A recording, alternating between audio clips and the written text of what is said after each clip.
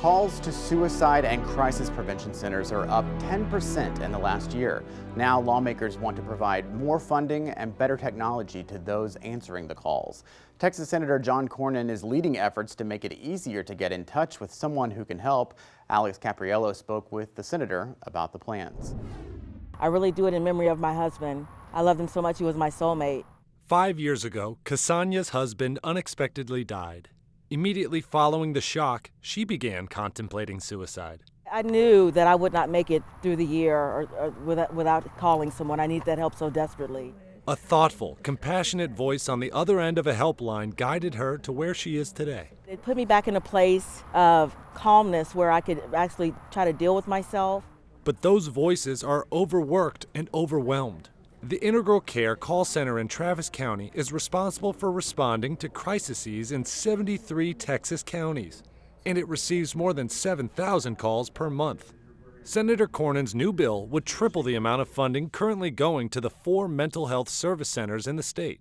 We've learned a lot from our mistakes in terms of our failure to deal with people experiencing mental health crises, and of course this affects every single family in Texas and across America.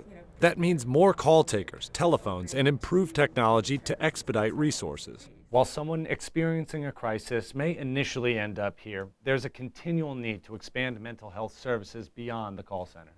The state also has plans to improve its ability to respond face-to-face with a caller and provide ongoing therapies to those who need it. That's something Cassania still receives half a decade after her initial call for help. They really do care. They really do support you. They really have a wide variety of resources that they provide to you. Alex Capriello, State of Texas. The filing of this federal bill falls in line with September's Suicide Prevention Awareness Month and also the 2022 rollout of 988. Similar to 911, it's a 3-digit number people can call if they are contemplating suicide or are undergoing a mental health crisis. 988 will go live to the entire nation beginning July 2022.